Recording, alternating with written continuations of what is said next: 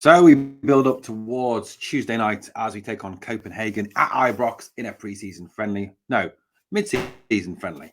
My apologies, guys. A little bit of Tom Lawrence, a little bit of Ryan Jack, a little bit of Sam Lamas. Yes, even though he has departed the club, we're still going to talk a little bit of Sam and his debut yesterday for FC Utrecht against Vitesse Arnhem, which apparently Million Manhoef was a superstar in that game, created a lot of chances, played exceptionally well.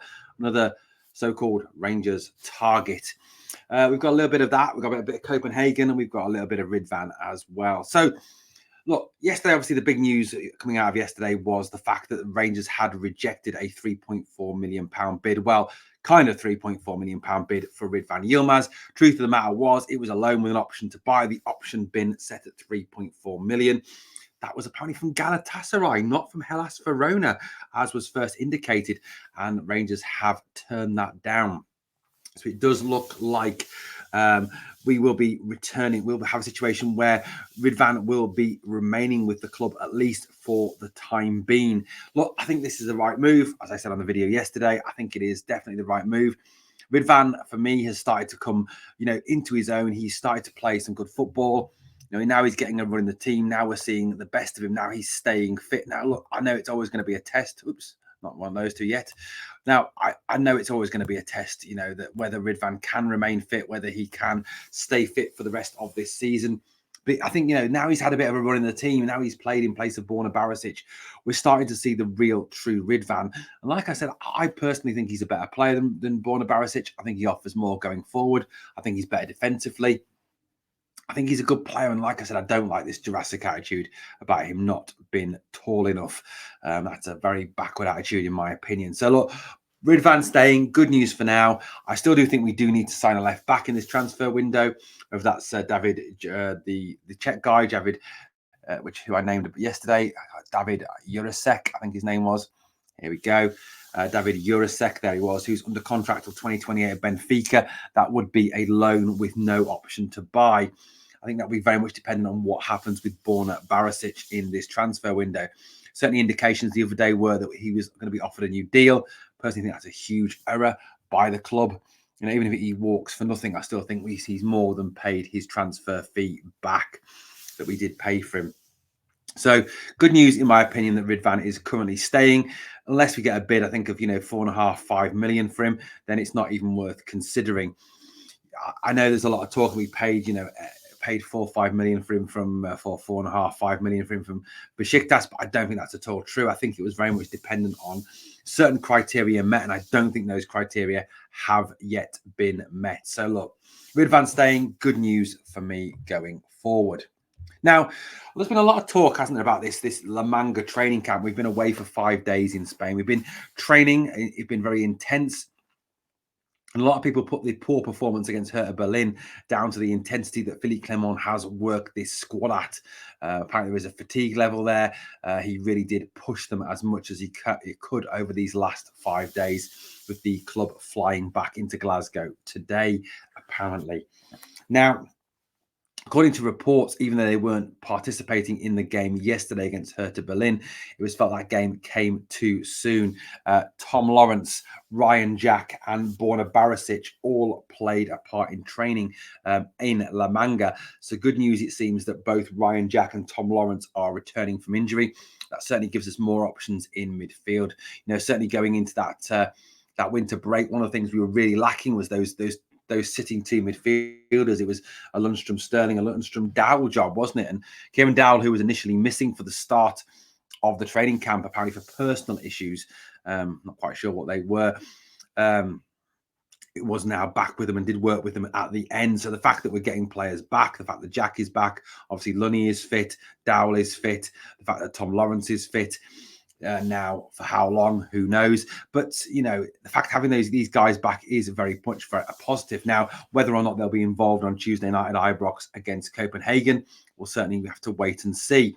I think it's certainly a good opportunity to really see Tom, to see Ryan, to see what they can bring back to the party, back to the Rangers. Having these guys back is a huge lift. Now, I know that Ryan, my dog jumping up there, guys. I know that Ryan and Tom Lawrence have a very checkered injury history. Ryan Jack has missed an awful lot of games. I know Tom Lawrence, it is. Look, I think Tom Lawrence is a great player. I really do. I think his passing is great. He takes chances. He's a good 10. He can also play out wide. He can play as part of that 2 in front of the back 4. He just brings so many options. I like Tom Lawrence. I really do. But, he does have to have it questioned as to, his injury history, the fact that he gets back from injury, plays for 3 or 4 weeks and then gets injured again. We certainly can't be afford to be carrying these players who are constantly injured. So, look, Tom Lawrence, it is one for discussion. I don't think he's the biggest problem by a long way at the club. I think, if it's a case that he's still here beyond next summer, that for me isn't a problem. He is a very talented player, and having him back will certainly give Philippe Clement a whole host of more options. Given the fact he can play on the wing, he can play as a 10, and he can play, like I said, at home in front of those the back 4 as part of that 2-man midfield. So, look, good news there that they are back. Obviously, Borna's back in training, allegedly. As to what degree, I don't know, but at least he's back. Whether he features on Tuesday night, who knows? But, having these guys back is going to strengthen this team. The more players we get back, the better for the run into the end of the season. Having Ryan around, having Tom Lawrence around, I think will really benefit this team. And if they can obviously as well work with the likes of Cole McKinnon, Bailey Rice, and help to develop them as well, that all stands this club in great stead going forward. Now, 2 players who did not take any part whatsoever in the La Manga training camp were Kemar Roofe and Danilo. When he was asked about it, Philippe Clement said that he had absolutely no idea when Kemar and Danilo would be returning to action. Now, certainly a lot of the talk around Danilo is the fact that he will not be back until April at the earliest, which pretty much rules him out for the vast majority of the rest of the season. As for Kemar Roofe, look, we all know where we're at with Kemar Roofe. We're going to have to unfortunately lose him for nothing in the summer. I don't think anyone's going to come in for him in January. You've just got a situation where clubs are not going to pay money for a player who is constantly out injured, constantly missing games. I think even the most optimistic clubs are beyond we can get him fit, we can get the best out of him, he's a good goal scorer. What throughout his career tells you that you can get him fit and keep him fit? It was supposedly this hip operation that he was having was going to cure all ills and was going to get him back to being, to being fully fit and being a goal scorer. And I've got no doubts. Look, I'm not slagging Kemar Roofe off. He is a great goal scorer. He knows where the goal is. He is probably one of the best finishers in the SPL. But this situation, as it is at the moment in time, his injury history is absolutely dreadful. So I don't think that he is a player that we can move on in January. I don't think we're going to get anything for him, especially as he's currently injured. I think we're going to drift out of January and he'll probably still not even be fit. So you're not going to get any money for a player that is constantly injured and constantly out, unless you obviously are stupid like Southampton. So look, good news that Tom Lawrence is back. Good news that Ryan Jack is back. Having those 2 back in that problem area, like I said, before the winter break, we were really struggling. Having those 2 guys back is really good news.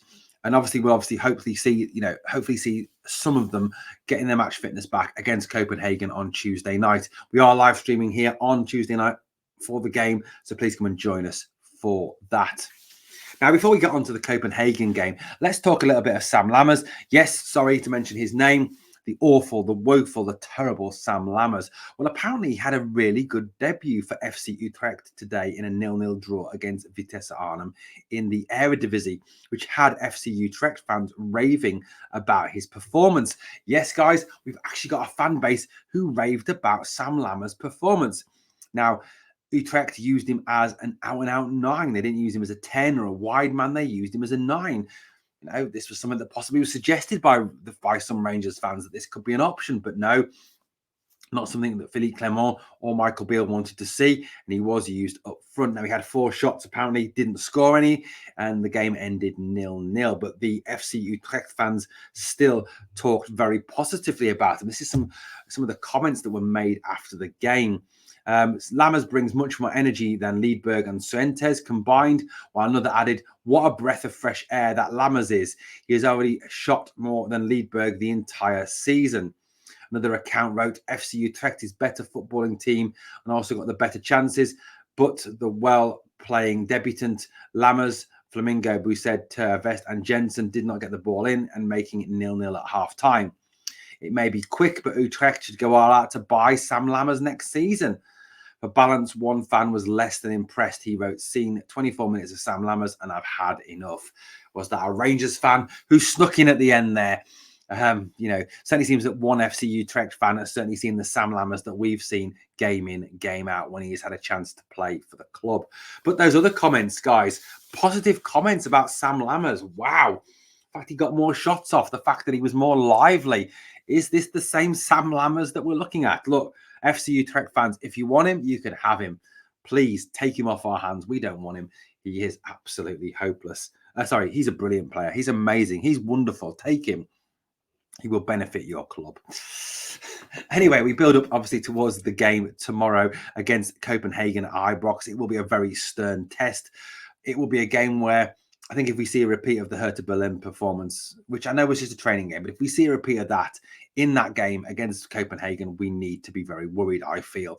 This is a chance for Rangers to really step up their progress, to step up the way they're playing, to really send a bit of a signal and a message to that lot from across the city and the teams we'll face in the Europa League that we are to be taken very seriously. Copenhagen are through to the last 16 of the Champions League. Yes, the likelihood is they will get absolutely smashed by the very talented Manchester City. I think there's pretty much a chance that Man City will absolutely walk all over them. But when you've got the players of the caliber that Man City do, the Kevin De Bruyne's, the Erling Haalands, it's not really a surprise. And obviously we haven't got any players that are anywhere near the same talent level as those guys. But Copenhagen will be a test. It will be a tough test. They currently sit third in the Danish First Division. They played 17, won 10, drawn 3, lost 4. They have a positive goal difference. They play in a 4-3-3 formation. They are 3 points behind current leaders Midtjylland in the Danish Super League or Danish First Division, whatever it is called. So, I fully expect a team that are in that last 16 in the Champions League to come and give Rangers a real test. It will be an opportunity to really sort of, test ourselves to see where we're up to, ready for this start of this new season. Yes, ideally, we would like some new signings in. Yes, we do need a striker. 100% we need a striker. We haven't got one at all on the club's books at the moment. Silva is more a 10-stroke sort of wide forward. Civil Dessers is just absolutely bloody useless. So we do need one, but it will be a test. It will be a good game. And obviously we'll look into it in a bit more depth on tomorrow's match day news. And obviously, like I said, come and join us as well for the live stream of the game on Tuesday night. So some interesting stuff, guys. At least we've got some players coming back. That is very optimistic that we have players returning from injury, ready to play again for the club. Here in Glasgow Rangers Nation, obviously, we'll try and keep all over any signings, any rumours, any transfer reports coming out of the club. Hopefully, over the next couple of days, we may see some arrivals. We certainly are at that point where we do need to see some players coming in. And like I said, a striker is the ultimate priority as well. Who that is, who knows? That is down to Philippe Clement, Niels Koppen and the rest of the football board. Well, guys, thank you for watching this video this morning or this afternoon or this evening, whenever you are picking it up, as we fast approach that final mid-season friendly before a return to proper competitive action on Saturday against Dumbarton in the Scottish Cup. Thanks for watching Glasgow Rangers Nation. Please smash that sub. And as always, guys, on the way out, I ask 2 things of you. Number 1, smash me the like. And number 2, remember always, we are the people.